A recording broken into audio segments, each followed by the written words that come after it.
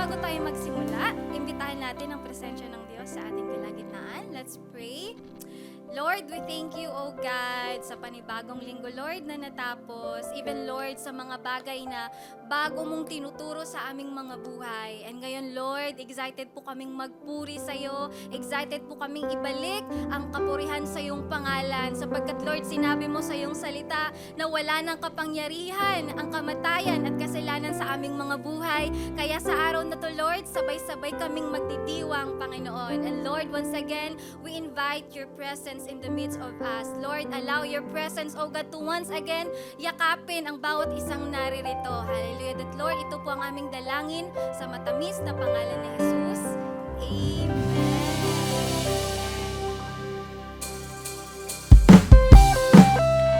Church, sabi sa Book of Psalms, ito ang araw na ginawa ng Diyos. Kaya sa araw na to, tayong lahat ay magsasaya. Amen ba?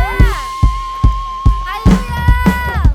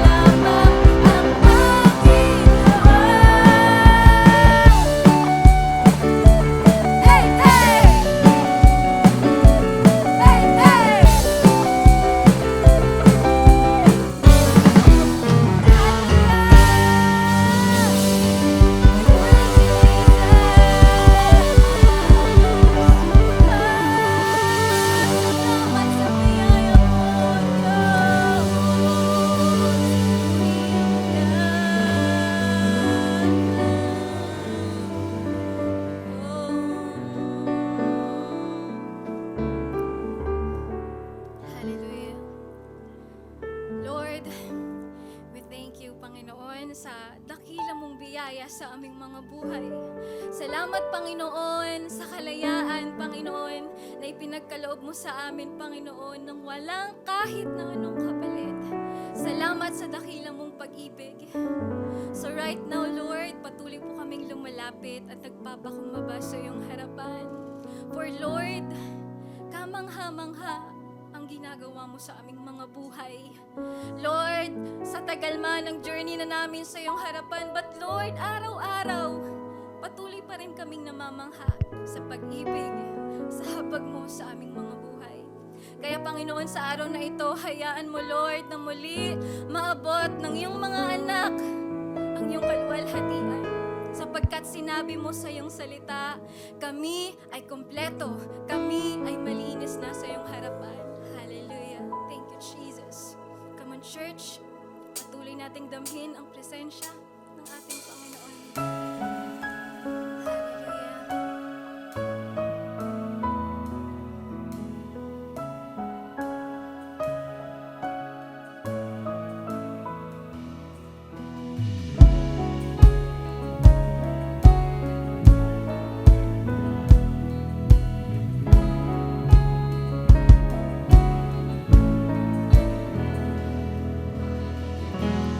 You're good.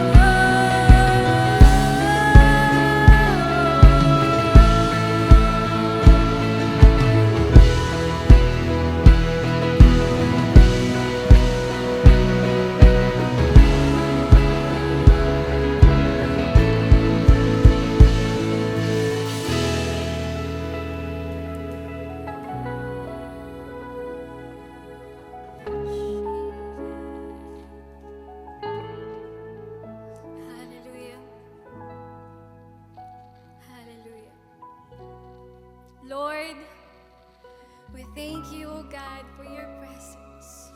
Salamat, Panginoon, sa dakila mong pag-ibig sa aming mga buhay. Maraming salamat po dahil tinapos mo na ang lahat, binayaran mo na ang lahat sa krus ng Kalbaryo. Kaya ngayon kami ay malaya na nakalalapit sa iyong trono. That Lord, salamat dahil hindi mo lamang kami pinalaya, but Lord, binigyan mo pa kami ng kagalingan. Kami, Panginoon, ay iyong pinaghilom sa bawat aspekto ng aming mga buhay. Lord, sa finances namin, sa aming physical, Panginoon, sa aming emotional, sa aming spiritual, oh God, we believe na sa pangalan mo, Panginoon, kami, Panginoon, ay humilom na. And Lord, salamat because in you, we are complete. That Lord, kailanman hindi na kami magkukulang pa because ikaw ang Diyos, Panginoon, na pumuno ng lahat ng mga bagay na kailanman hindi namin kayang mapunuan. Kaya, Panginoon, buong puso pa rin po kaming nagpapakumbaba sa iyong harapan. Nakatayo kami ngayon sa harapan ng iyong trono. Nadala-dala, Panginoon, ang dakilang biyaya mo. Kaya sa pagkakataon na ito, Panginoon, salamat. Dahil alam namin, Panginoon, wala nang takot sa aming mga puso. Wala nang pangamba, Panginoon. Dahil winasak mo na lahat. Kaya sa pagkakataon na ito, Lord, patuloy naming dinadalangin na hayaan mo, Lord, na lumago pa kami sa iyong harapan. So that, Lord, marami pang tao, Panginoon, ang maaabot, Panginoon, ng iyong kaluwalhatian. Marami pang tao ang maaabot ng kaligtasan na dulot mo sa aming mga buhay. That, Lord, dalangin namin, Lord, na patuloy mong hayaang maging matabang lupa ang puso ng bawat isang naririto. For we believe, Panginoon, walang edad, Panginoon, ang hadlang para kami ay lumago. And right now, Lord, patuloy namin inihahanda ang aming puso. Bukas po ang aming puso upang tanggapin anuman ang mensahe mo sa aming mga buhay sa pamamagitan ng iyong lingkod. We thank you, O God. Binabalik po namin sa iyo ang lahat ng kapurihan. Ito po ang aming dalangin sa matamis na pangalan ni Jesus. Amen. Yan. Sinong naniniwala na may kapangyarihan sa pangalan ni Jesus? Ayan, manatili po tayo sa presensya ng Panginoon. Manatili po tayong nakatayo. Ipaganda po ating mga puso and let us all welcome our man of God, Pastor Prince Jules Harris.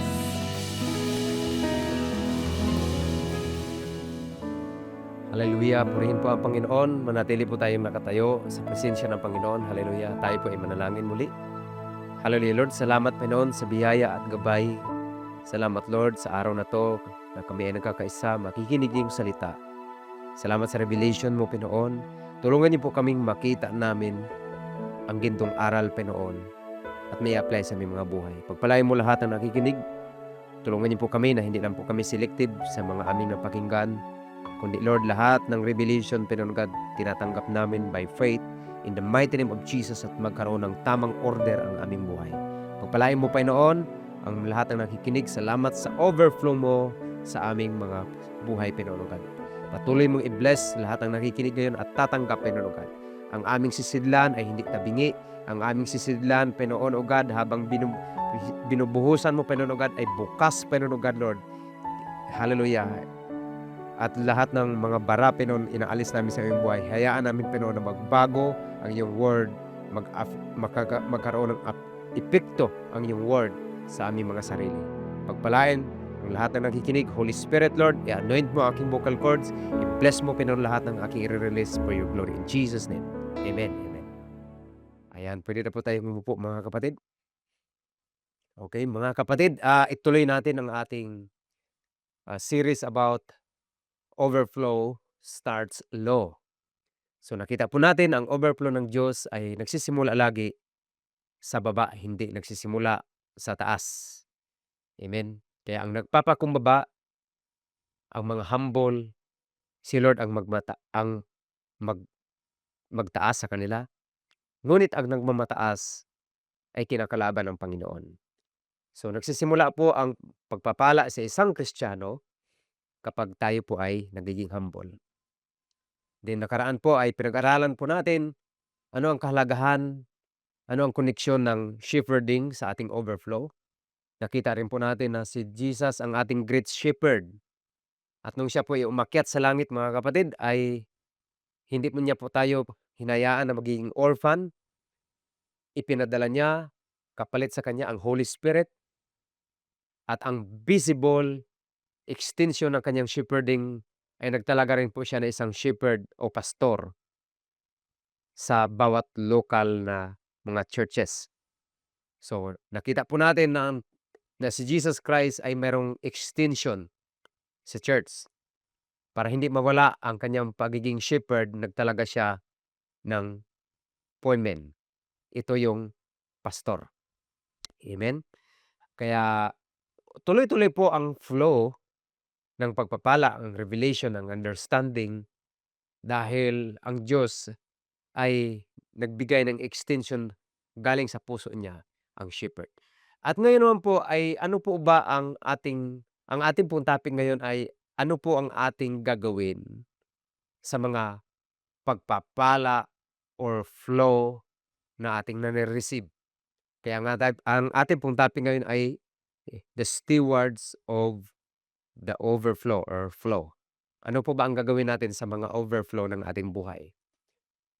Deuteronomy chapter 8 verse 17, "You may say to yourself, my power and the strength of my hands have produced this wealth for me."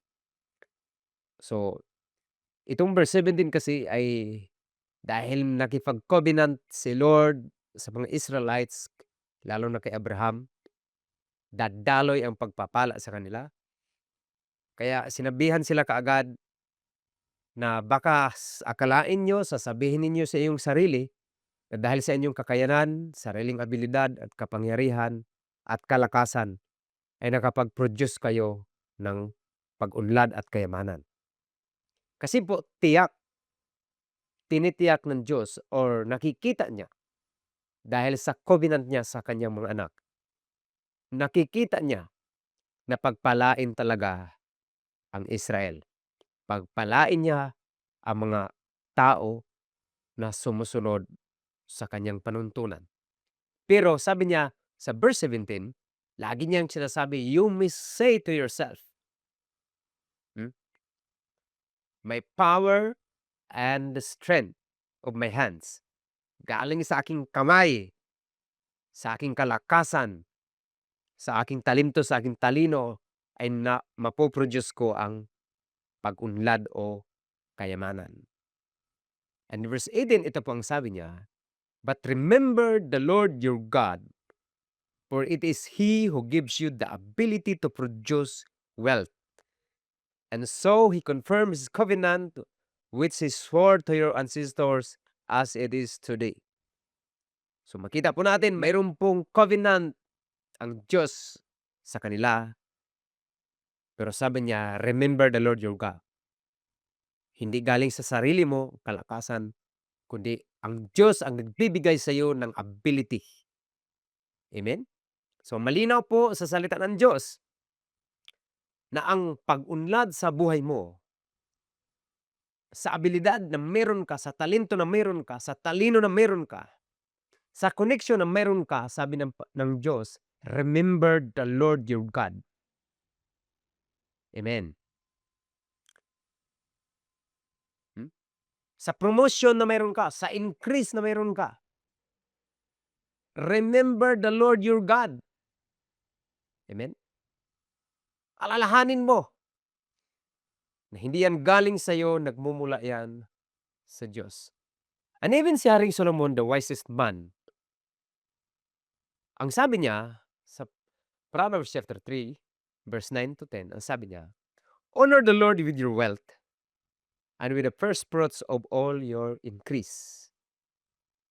So your barns will be filled with plenty or overflowing, and your vats will overflow with new wine."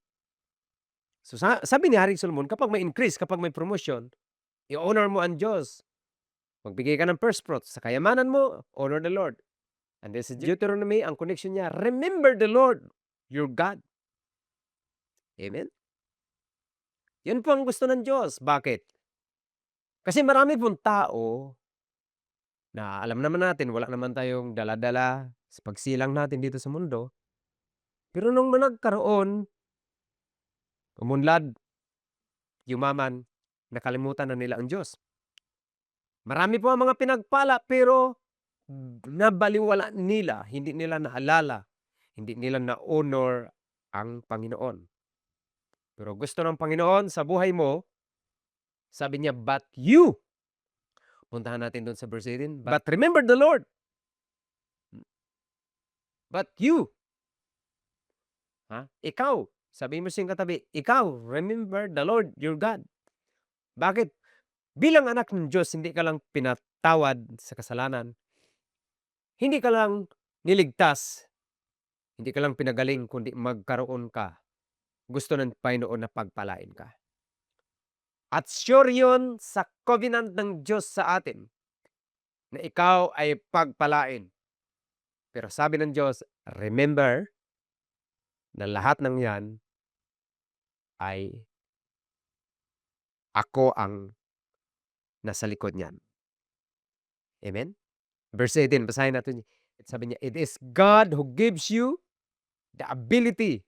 Sino daw nagbibigay ng ability? Ang Diyos. He is the one who gives you the ability to produce wealth. So ano ibig sabihin ng meron kang abilidad? Ang ibig sabihin po dito, ang Diyos ay nagbigay ng abilidad sa iyo. Amen. Yung talino mo, yung abilidad mo, yung kakayanan mong mag-compute at nasusolve mo ang problema mo sa buhay at mag-advance ka sa buhay, mapagpala ka sa buhay, ang Diyos ang nagbigay niyan, abilidad. Amen. So paano ba mag-remember? Paano ba natin ma-honor si Lord? Number 1, recognize the Lord. Na know that He is the source of wealth. Recognize. Amen. I-recognize natin na ang Diyos, siya ang nag-create, siya ang may pinanggalingan. Even yung mga bansa na mayayaman, lahat ng bansa, mayaman yan. May mga raw materials yan. Saan nagmula ang langis? Galing kay Lord. Ang mga bansa, mayaman sa gold, mayaman sa copper, mayaman sa nickel, mayaman po sa langis. Amen? Kaya, pero yung mga raw materials na yan, galing yan kay Lord. At ang sabi ng Diyos, i-recognize mo ang Diyos na siya ang may pinanggalingan nun. Amen? So, ibig sabihin, kahit yung Japan, mayaman. Yung Ukraine, mayaman. Yung Iran, kaya pinag-interesan, mayaman. Yung US, mayaman. Yung China, mayaman. Ang Pilipinas, mayaman. Ang Indonesia, mayaman. Mayayaman. Pero lahat, gaano man kayaman ang mga bansa niyan, lahat ng mga raw materials dyan, lahat ng kailang na maipagmamalaki, nanggagaling yan kay Lord. Amen. Yung mga sasakyan, kung paano ma-complete, kung paano mapaandar, yung mga eroplano, kung paano mapalipad. Amen. Ano man yung mga magaganda nating nakikita, building, mga engineers, mga architects. Amen. Paano i-solve ang mga ang literacy problem? May mga teachers, may mga doctors, may mga lawyers, may mga accountants. Lahat po yan ng mga talento niyan, nagmumula yan kay Lord. Amen po ba? Kaya may sabi ang Diyos, remember the Lord. Amen? Recognize the Lord. I-recognize mo siya. Lahat ng mayroon tayo na na-create o na-research natin, kaya nga research, kasi nandyan na yun. Wala naman talaga tayong na-create. May mga raw materials na yan na nandyan. Na-develop lang natin, pero wala talaga yung out of nothing, magkaroon into something na galing sa tao. Wala. Lahat ng klaseng invention, hindi yan nagmumula sa wala. Mayroon nang nakalagay. At ang sabi ng Psalm 24 verse 1, the earth is the Lord's and everything in it. Amen?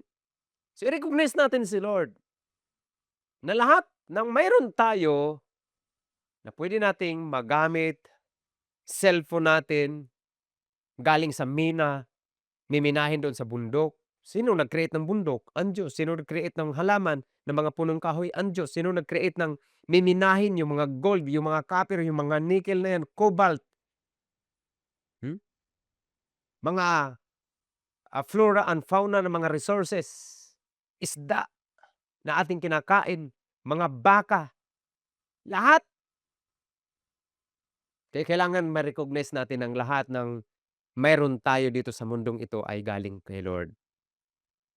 Amen? So, recognize the Lord na siya ang may pinanggalingan ng wealth na yan. Amen? Kailangan natin makita kung saan nagmula ang lahat. Once na makita mo, makita mo na matuto kang magiging humble na, Lord, ang lahat ng pala ng mayroon kami dito sa mundong ito, galing din sa inyo. Pangalawa, makita natin dahil kay Lord ang lahat, so ibig sabihin, hindi ikaw ang may-ari. Hindi ikaw ang owner. So number 2, hindi ikaw ang owner, ikaw or tayo lang ay isang steward, taga-pamahala. Amen. So dahil wala tayong pinanggalingan ng mga bagay, galing kay Lord lahat, hindi ikaw ang owner, ikaw ay steward. At dahil ikaw ay steward, may sinasabi po ang 1 Corinthians chapter 4, verse 2 sa isang steward. Amen. Ano yung sabi niya? Verse 2, it is required of the stewards. Ano ang nire-require ng isang steward? That they be found faithful. Hindi sinasabing matagpuan ang isang steward na isang talented o isang successful lang. Kailangan na ang steward na to nire-require ng Panginoon na matagpuan na faithful. So, hinahanap ni Lord ang mga taong faithful doon sa ipinamahala ng Diyos sa kanila. Ano ang hinahanap? Faithfulness. Amen. So, ibig sabihin ng steward ay nangangasiwa ka lang ng hindi sa'yo. Lahat na meron ka, talino, pera, influence, talent, opportunity, lahat yan, hindi yan sa'yo. Even yung katawan mo, hindi sa'yo. Uy, katawan ko to. No. Hindi yan sa'yo. Amen. Kailangan matuto tayo sa stewardship na hindi ikaw ay ang nagmamay-ari. Now, kahit yung cellphone mo, hindi rin yan sa'yo. Kapag makita mo kasi na ang cellphone mo ay steward ka lang doon, magagamit mo siya sa purpose na maganda. Bakit mo binili ang cellphone na yun in the first place? Hindi mo ma-abuse. Amen. The moment makita mo na ikaw ay tagapangalaga lang ng hindi sa'yo, hindi mo ma-abuse, kundi iingatan mo dahil hindi ito sa'yo. Amen po ba? Ikaw lang ay tagapangasiwa.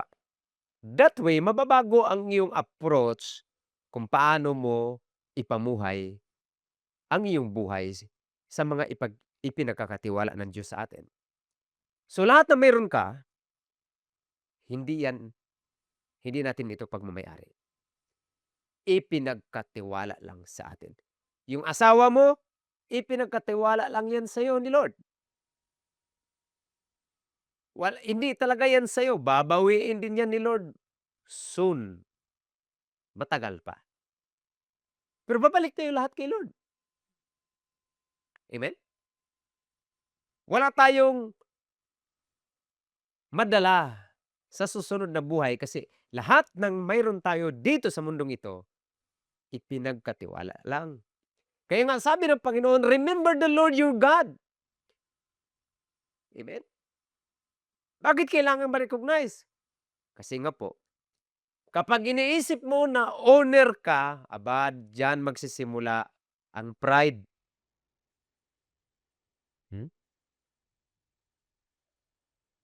Akin naman 'to, eh. Walang nagmamay-ari, ako ang may-ari niyan. Oh, 'di ba? Feeling mo sa'yo, pero ang totoo niyan, kaya kapag hindi mo ma-recognize na lahat ng mayroon ka ay ipinagkatiwala lang sa'yo, magpo-produce ito ng pride sa buhay po natin.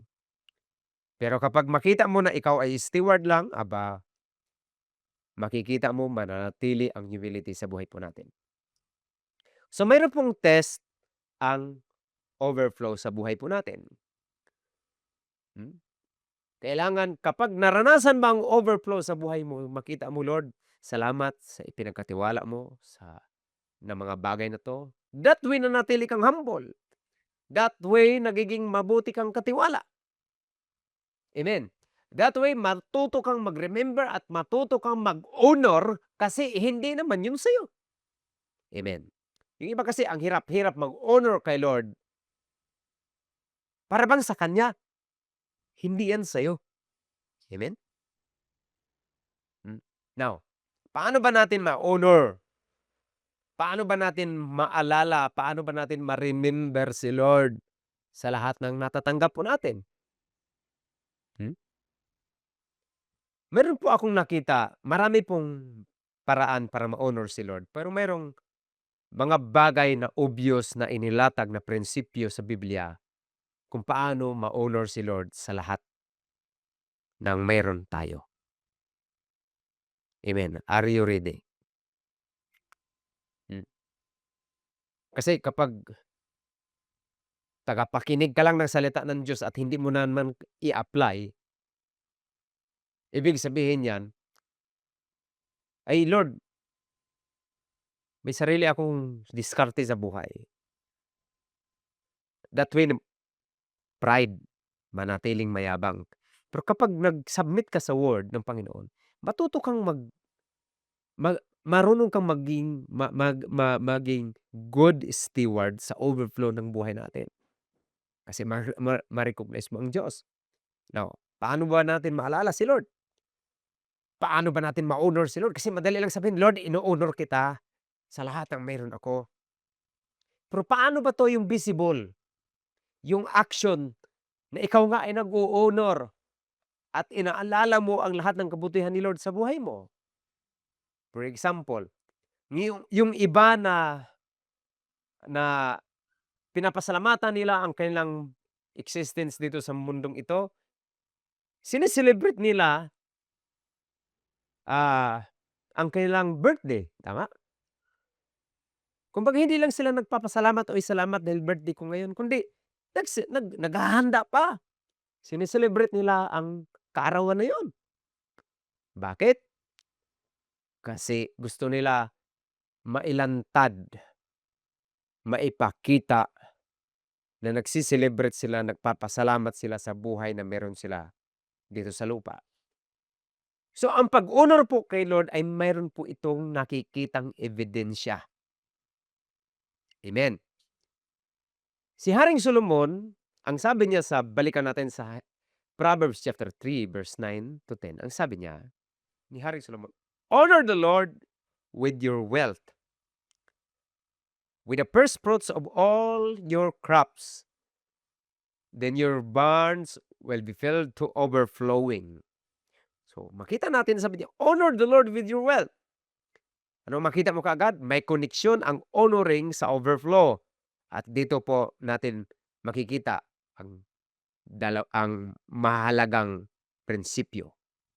Una, God first. Unahin mo si Lord sa lahat. I-honor mo si Lord sa wealth with the first fruits of your crops. Yung principle ng first fruits, visible yan. Kaya ang tamang pag-honor ayon sa Bible na inilatag, nag-o-offer ka ng first fruits. Ano ba yung first fruits? First, unang bunga. Lahat ng unang bunga kay Lord. Amen? So, pinapakita mo sa first fruits na ang Diyos ang first. So, first fruits, nagpapakita na God is first. Amen? So, hindi po ito ang first fruits po ay hindi ito yung tungkol sa dami. Unang bunga lang. Pinapakita dito na ino-honor mo si Lord, nire-recognize mo si Lord, priority mo si Lord, dahil sa unang bunga, unang increase, sa Kanya yon. Ino-honor mo siya. Amen? Kaya kaugalian po dito natin sa church, ako po mismo ay ginagawa ko po ito, na sa loob ng isang taon, yung buong January, kay Lord yon. Hindi ko yun kinakain.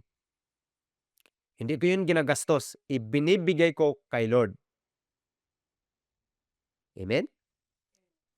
So, nangangahulugan sa 12 buwan, ah, yung yung 11 doon, yun yung ano, yun yung para sa akin. Pero yung unang buwan doon, kasi unang bunga, bago pa ma-harvest ang buong isang taon, yung unang buwan kanya. Amen? So, sa first fruits, ibig sabihin ang unang blessings. Ang unang blessings, ang unang kita, ang unang increase. Ibig sabihin, hindi yung huli, hindi yung tira, kundi una, ibukod mo kaagad yun para yun kay Lord. Amen po ba? Exodus chapter 23 verse 19. Ito ang sabi niya, bring the best of the first fruits of your soil to the house of the Lord your God. Pansinin mo, ang pinapabigay, i-bring saan? First and the best. Saan? Sa house of the Lord your God. Ano ba yung house of the Lord your God? Sa context natin ngayon sa New Testament, ito yung church. Amen. Doon natin yan ino-offer. Best and first. Hindi yung reject ang ibigay mo kay Lord. The best. Una at ang best. Bakit? Ang tamang honoring, the best. Ang tamang remembering, yung kay Lord na the best. Hindi yung, ay yung una kay Lord, tira-tira. Hindi yun ang tamang honoring. Amen? At hindi yun yung optional. Yun ay intentional. Na unahin ko si Lord. Yan ang tama. Amen? Yan ang evidence. Hindi yung, Lord, ino-honor kita sa buhay ko, ino-honor kita sa lahat na meron ako. Paano yung action nun na ilatag ng Bible? Mag-first fruit ka. Amen? Amen. Sabi mo yung katabi, pinagpala ka na ni Lord. Remember Him.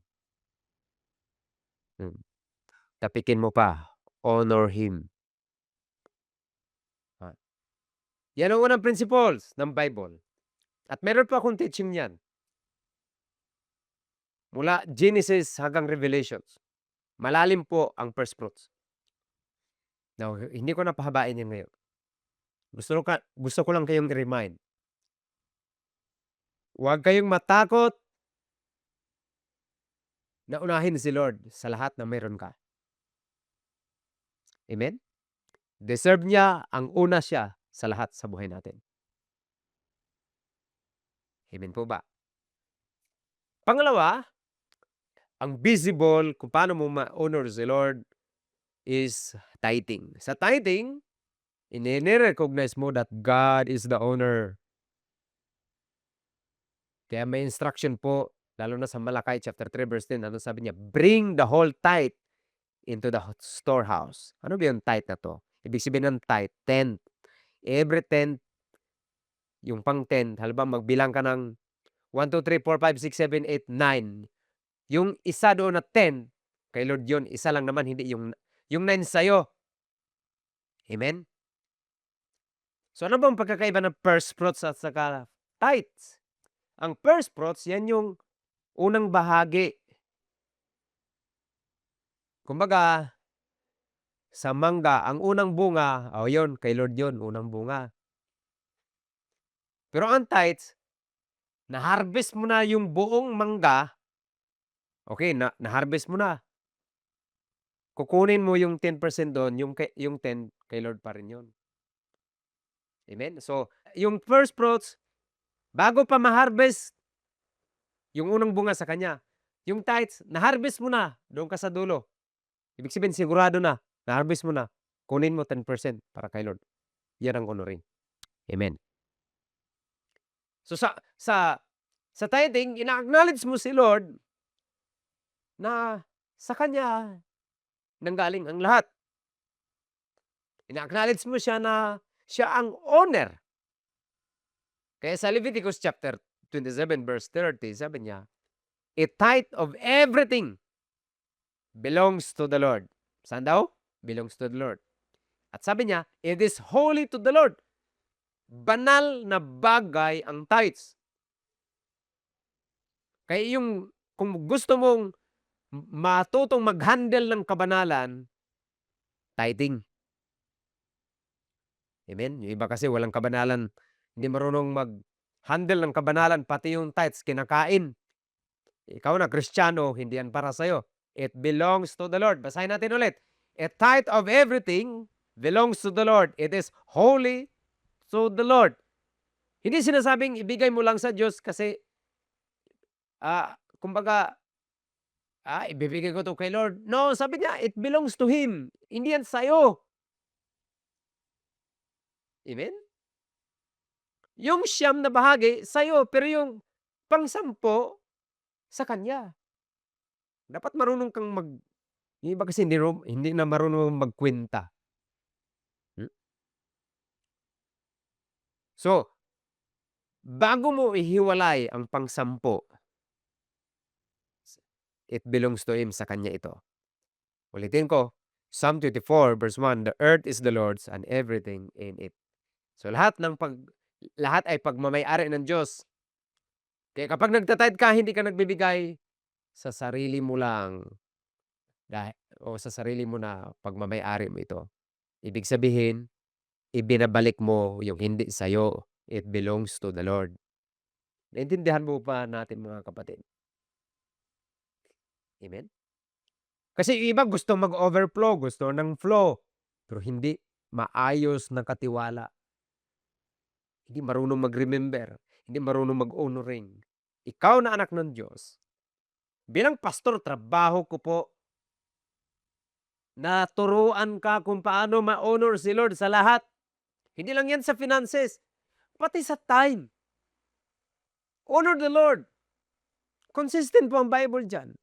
Halimbawa, binigyan ka ng 7 araw sa isang linggo, yung isang linggo, yung isang araw doon, sa Diyos yun. Huwag yung puro ka na lang sipag. Trabaho ka ng trabaho, pati linggo, ginagamit mo na. Amen? Ang linggo, honoring mo yan kay Lord. You worship the Lord. Amen?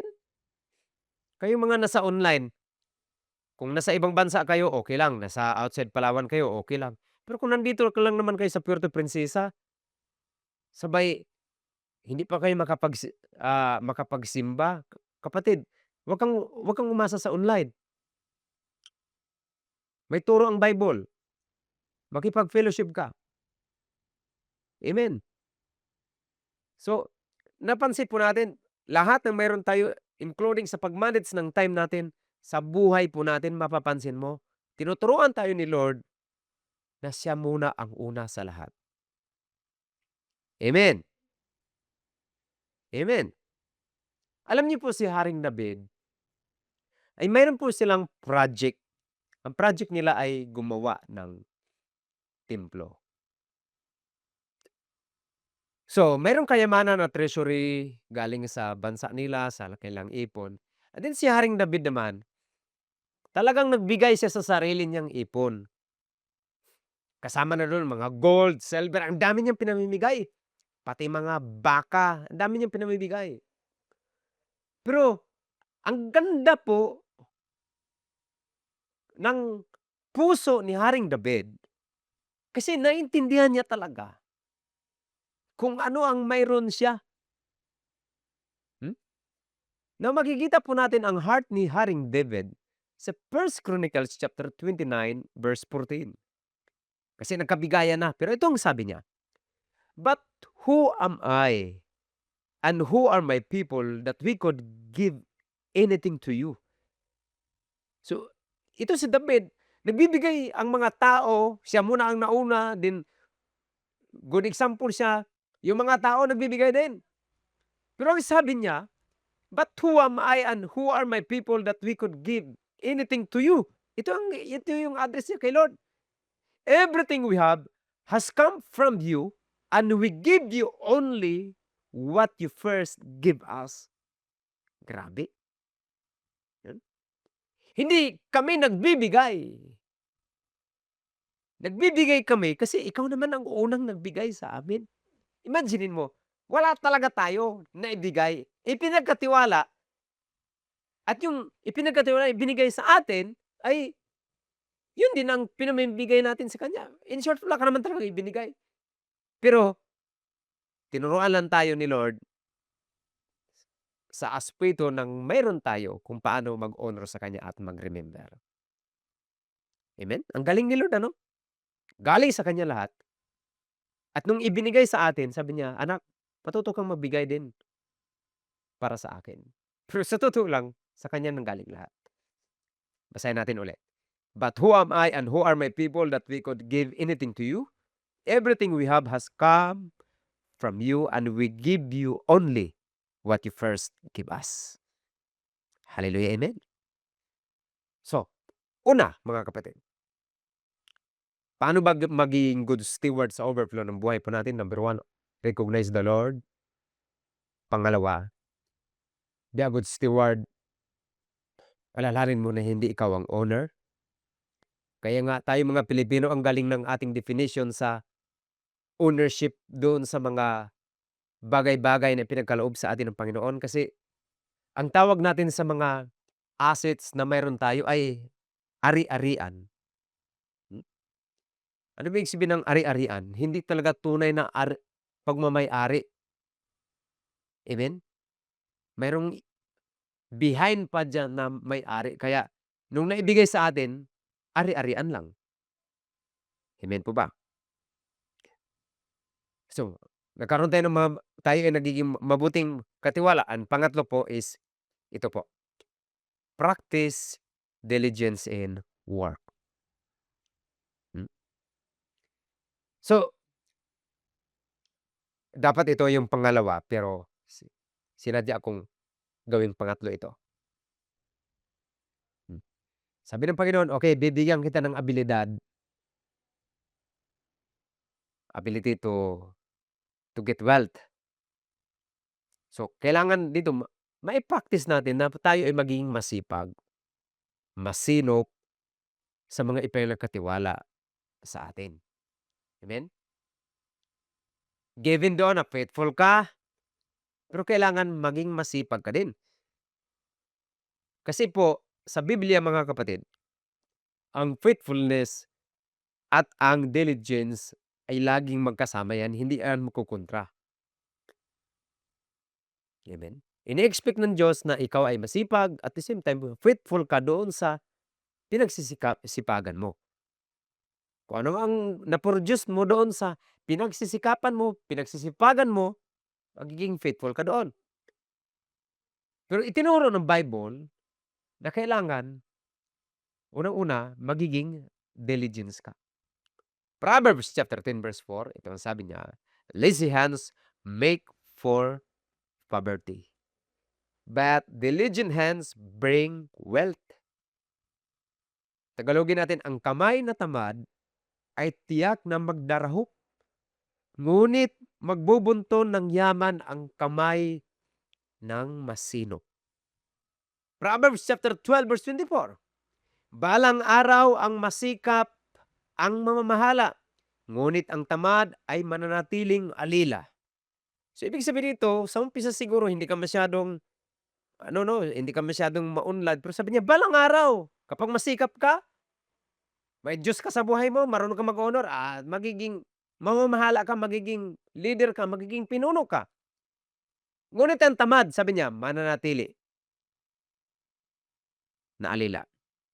So dito po makikita po natin dito mga kapatid, ang prinsipyo ng Biblia, practice diligence in work. Bakit? Ang masikap, ang masipag, umaangat yan.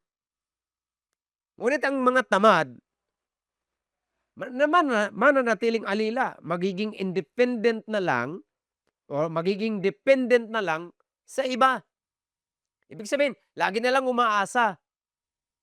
Kaya kayo ng mga kabataan, huwag niyong praktisin na lagi na lang kayong umaasa sa inyong mga magulang. Umaasa doon sa kuya niyo na may trabaho na, ate ninyo na may ganito na. Hindi.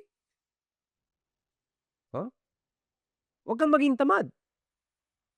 Kapag Kristiyano ka, kailangan na magiging mapaghusayan ang trabaho mo. Amen.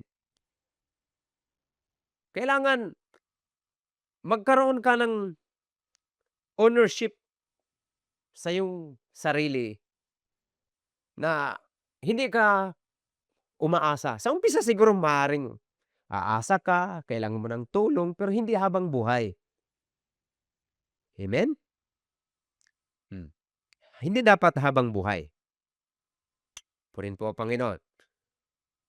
Ano pa ang sabi dito? Proverbs 14 verse 23.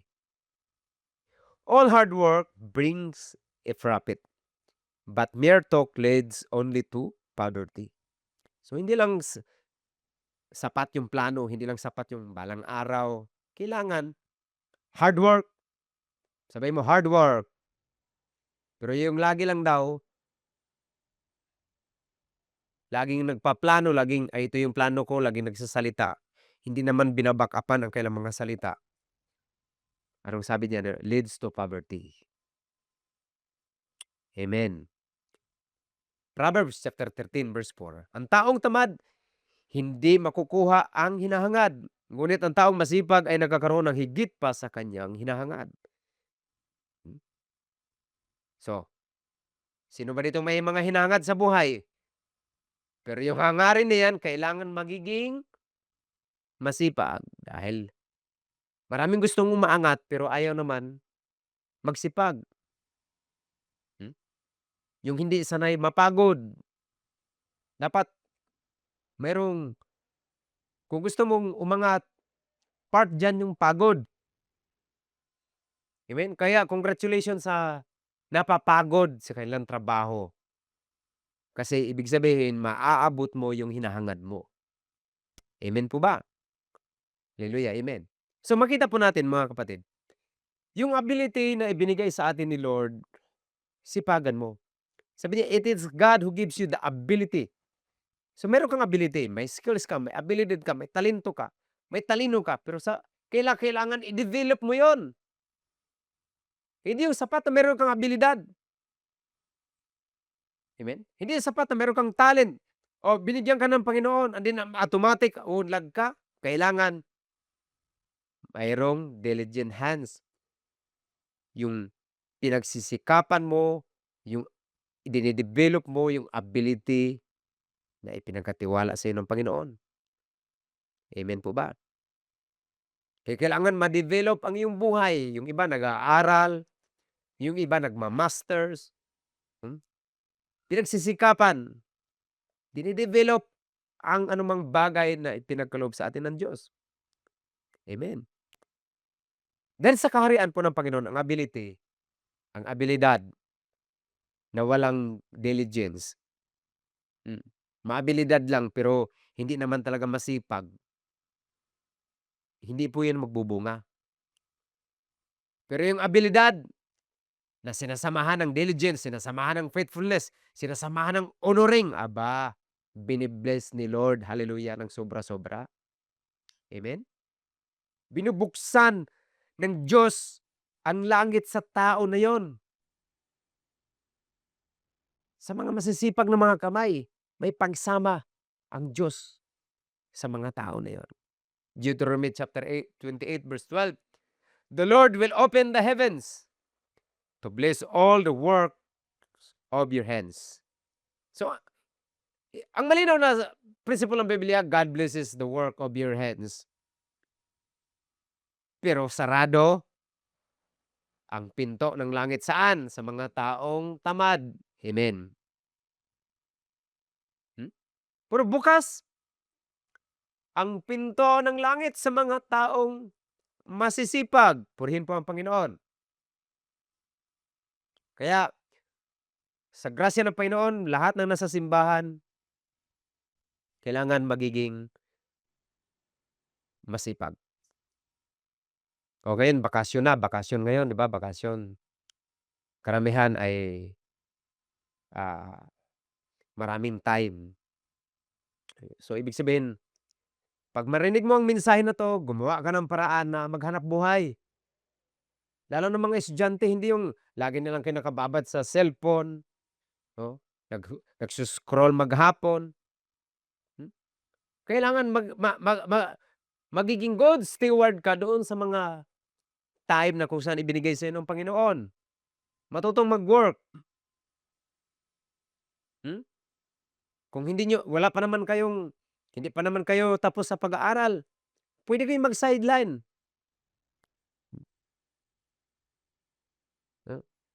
Mag-banana Q kayo, ilako ninyo ang banana Q. Magkamuti Q kayo. Maglako ng empanada, samahan mo pa ng kape. That way, nagiging productive ka. Tama po ba? Kaya mga kapatid, kailangan po, yung iba kasi, lalo na sa mga kabataan, ay nahihiyang magbinta. Huwag kayong mahiyang magbinta. Bakit? Sa mundong ito, kung napapansin nyo, lahat ng yumayaman, lahat ng umuunlad, may ibinibinta. May nagbibenta ng pagkain. Yung may-ari ng Jollibee, ano ang ibinibenta? Pagkain. Manok. Kanin. Yung McDo, ganun din. Yung mga may-ari ng mga hardware, nagbibenta ng bakal, nagbibenta ng simento. So, lahat ng meron dito, kahit nga yung iba, nagbibenta ng missiles, nagbibenta ng mga armas. Kaya gusto nila gira para may maibenta. Amen? May nagbibenta ng langis. Yung mga bansa, hinuhukay yung mga langis, hinuhukay yung krudo. Pinoproseso at ibenta. So makikita mo kapatid, kung pansinin mo, obserbahan mong mabuti, lahat na mayayaman dito sa Puerto Princesa, may ibinibinta yan. Sa Pilipinas, may ibinibinta. Kung wala man silang kakayanang magbinta ng bakal, ng simento, yung iba nagbibinta ng galing. Kaya merong mga law firm, may mga accounting firm, mga ganyan. Nagbibinta sila ng skills. Amen? Kaya, ikaw na kabataan, huwag kang mahiyang magbinta. Amen? Kung gusto mong umunlad sa buhay na to, huwag kang mahiyang magbinta. Ang Israel, number 1 producer na mga ibinibinta sa mundo. Kapag nagbibinta sila ng mga gamot, yung mga mahirap gamutin, galing yan sa kanila. Yung matitinding gamot. Kung paano makadiscovery para mapa-advance ang physics, mag-advance ang chemistry, mag-advance ang accounting. Karamihan nun galing Israel. So even sila chosen nation, nagbibinta sila ng something na makatulong sa tao. Amen? Huwag kang mahiyang magbinta. Sino ito gustong umasenso? Huwag mahiya. Akala mo, halimbawa, ikaw gusto mong pangarap ay guro. So, nagbebenta ka ng skills, ng galing mo para ma-solve mo yung yung buong Pilipinas na magiging ano, part ka ng o bahagi ka ng education system natin na mapaunlad o mabago yung tumaas man lang yung literacy, tama? So, whether you like it or not, mayro'n kang ibenta, kaya 'wag kang mahiya. Ngayon, hindi ka lang basta magbenta kundi i-improve mo, ha, i-improve mo yung klase ng pagbebenta mo. Dapat mas maraming mabentahan, mas quality, mas maganda ang service na mayroong delegation, ha, na namu-multiply mo ang iyong sarili sa mga tao, o that way, na-delegate mo ng maayos, uunlad ka. Amen po ba? Pero sabi ng Panginoon, "Oh, meron kayong ibinebenta, galing yan sa akin na kakayanan, na abilidad na yan. Pero along the way, may sasabihin ako sa inyo, uunlad kayo kasi masipag kayo, i-honor niyo ako." Oh, sabi niya, uunlad kayo, pagpapalain kayo, sasamahan ko kayo, pero remember, remember me, honor me. Amen? So, nakita po natin ang cycle ng Diyos sa buhay natin, kapatid.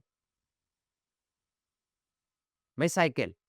Ang ekonomiya ng Diyos, kung titingnan mo mabuti, ang Diyos ang nagbibigay ng abilidad, ang Diyos ang nagbibigay ng pagkakataon, ang Diyos ang nagbibigay sa iyo para lahat ng sa Kanya ay mapakinabangan mo, that way uunlad ka.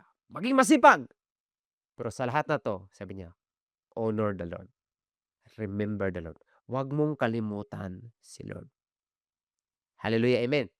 Oh, glory to God. So makita po natin ang cycle ng Panginoon. Makita na dapat ma-recognize na galing sa Kanya ang lahat. Amen. And then i-develop mo 'to, binibigyan ka ng abilidad para ma-develop, and then makapag-serve ka sa tao. At habang marami kang naserbihan ng mga tao, napagpala sila, ikaw din napagpala. Amen. Uunlad ka, gaganda ang buhay mo. Saan galing 'yon? Kay Lord. Amen, amen. And then, ang sabi ng Lord, "Okay, meron ka ng pagpapala, sa lahat na 'yan, remember the Lord." Huwag mong kalimutan na hindi 'yan na baka akalain mo galing 'yan sa lakas mo, sa talino mo, o sa diskarte mo. Sabi niya, "Remember the Lord, for it is He who gives you the power to get wealth." Amen, amen. So, kailangan, kapatid, lahat ng flow sa buhay po natin, makita natin ang simula hanggang dulo at ma-recognize natin na, "Lord, salamat. Ang lahat na ito ay biyaya lang. Salamat, Panginoon. Dahil sa dami ng kayamanan mo dito sa mundong ito, Panginoon, kasama ako sa pinagkatiwalaan mo ng pagpapala. At dahil pinagkatiwalaan mo ako, nagiging faithful ako doon, natuto akong mag-honor, natuto akong maging masipag, Panginoon, para sa inyo, Panginoon." Hallelujah. At alam niyo po ba, mga kapatid, even pagpunta natin, pagharap natin kay Lord, ang question niya ang kanyang pagbati sa atin ay simple lang. Ano ang tinig na yun? Sabi niya, "Welcome, my good and faithful servant." Amen. Kaya may tanong ako sa iyo ngayon. Kumusta ang pag-handle mo? Mabuti ka bang katiwala sa mga ipinagkatiwala sa iyo ng Diyos? Amen. Kapatid, I pray na sa araw na 'to, magkaroon ka ng commitment kay Lord na, "Lord, lahat ng mayroon sa akin, even yung kung ikaw ay may anak, yung anak niyan galing yan kay Lord. Yung buhay mo, yung katawan mo, galing yan kay Lord, lahat galing kay Lord." And that way, the moment makita natin 'to, ma-recognize natin si Lord, ma-worship natin siya na, "Lord, hindi ito sa akin, ito lamang ay sa inyo. Babalik rin ako sa inyo, Lord, at meron akong accounting." Amen. Ano ba ang gusto mong marinig? Hmm. Gusto mo bang marinig na pagsabihan ka ni Lord, "Anak, halika, ikaw ay tapat at mabuti na katiwala." Amen. So, sa huli ng ating buhay kapatid, haharap tayo sa Panginoon, magbigay sulit tayo sa lahat ng ipinagkatiwala niya sa buhay po natin. Amen? So, I declare sa buhay mo na hindi mo lang dapat hindi mo lang napakinggan ang salita ngayon, kundi lahat ng meron ka galing kay Lord.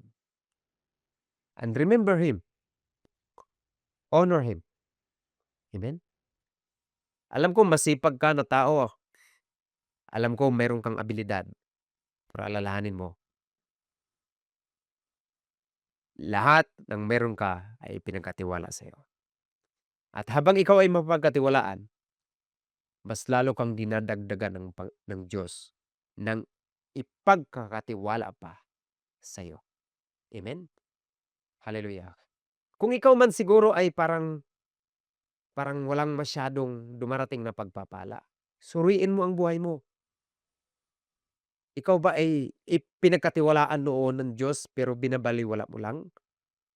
Hindi mo sineryoso, sinarili mo lang, akala mo sa'yo? Suriin mo ang iyong buhay, kapatid. Amen. Kung ikaw naman ay pinagpala na, huwag mong kalimutan na ang lahat ng riyan ay binigyan ka ng lahat ng kakayanan ng Diyos para maabot mo yan. Amen? So, lahat ay nagmumula kay Lord. Yung abilidad niya, i-develop mo, sipagan mo. I'm sure sasamahan ka ni Lord, uunlad ka. At sa pag-unlad na yun, huwag mo siyang kalimutan. Amen. Hallelujah. Tayo po ay yumuko at ay manalangin. Salamat Panginoon sa biyaya na meron kami, O Diyos. Salamat Lord na pinakita mo sa amin ang lahat na meron kami ay nagmumula sa inyo, Panginoon. Salamat po sa mga taong nauna sa amin, Lord. Like Abraham, katulad ni Haring Solomon, katulad ni Haring David. Mga tao na kung saan pinagpapala mo, Panginoon, mayayaman, matindi ang increase at pag-unlad. Yet Lord, na-recognize kanila. Inaalala kanila. Nakita namin Lord sa kailang mga buhay kung paano sila nagbigay ng pag-honor sa inyo, Panginoon Diyos. At Lord, salamat Panginoon dahil ang kailang buhay ay nagre-reflect ito sa amin ngayon bilang inyong mga anak. Kami ngayon na buhay, O Diyos, tulungan mo kami na magiging faithful, O Lord. Tulungan mo kami, Panginoon, O God, na maalala ka sa lahat ng meron kami. Oras, Panginoon, ng aming buhay, ng aming katawan, ng resources na pinagkatiwala mo sa amin. Salamat po, O Diyos. Dahil sino kami na pinagkatiwalaan mo, Panginoon, ng mabubuting bagay. Salamat, O Lord, sa biyaya mo, Panginoon, O Diyos, na sa araw na to, matuto kami, Panginoon, O Lord, na iposisyon namin na matuto kaming mag-handle, magiging good steward ng mga overflow mo sa aming buhay. Na patuloy kaming magiging humble, Panginoon, O God. Hindi kami kakainin ng yabang, Lord, kung ano man ang aming narating. Kundi, Lord, merong laging puso na nagpapakumbaba at merong pag-recognize na lahat ng ito ay sa inyo nang galing, O Diyos. Salamat, O Diyos. Hallelujah. Sa revelation sa araw na to, I pray and I declare sa inyo mga anak, O God, hallelujah, na may apply ang salita sa kailang mga buhay, Panginoon Diyos. Magiging sa iyong lingkod, Panginoon Lord. Anumang bahagi ng aming buhay, Panginoon God, na hindi kami faithful. Anumang bahagi ng aming buhay, Panginoon, O God, hallelujah, na wala ng pag-honor at pag-recognize sa inyo, Panginoon God, ngayong araw na to, Panginoon, kami po ay nagpapakumbaba. Humihingi po kami ng kapatawaran. At salamat sa iyong biyaya, O Diyos. Salamat sa iyong habag, O God. Nariyan ka lagi, O Lord, upang ang inyong mga anak, Panginoon, mandatnan, Panginoon, O Diyos, na tapat, Panginoon, O God, sa lahat ng ipinagkatiwala niyo sa aming buhay. Dakilain at purihin ka, Lord God. Hallelujah. Salamat, O Diyos. Hallelujah. Dahil, Lord, balang araw, Nais naming mapakinggan mula sa inyo ang mga tinig na magsasabing, "Well done, my good and faithful servant." Lord, hallelujah, salamat sa araw na to. Patuloy mong pagpalain ang aking mga kapatid. Lahat na nasa simbahan, Panginoon o God, Lord, maging sa online, O Diyos, hallelujah, na ang anointing mo, ang word mo, Panginoon o God, magkaroon ng, hallelujah, epekto sa aming buhay at ma-establish kami, Lord, according, Lord, sa word mo, O God. Sa inyo po lahat ng papuri, O God, tinataas ka namin, nilululhati, O Lord, sa pangalan ni Jesus, namin tagapagligtas. Ang lahat ay magsabing, Amen, Amen. Hallelujah. Purihin po ang Panginoon. I declare sa buhay mo na masumpungan ka ni Lord na tapat at mabuti na katiwala. Kita-kita po tayo sa susunod na linggo. Shalom.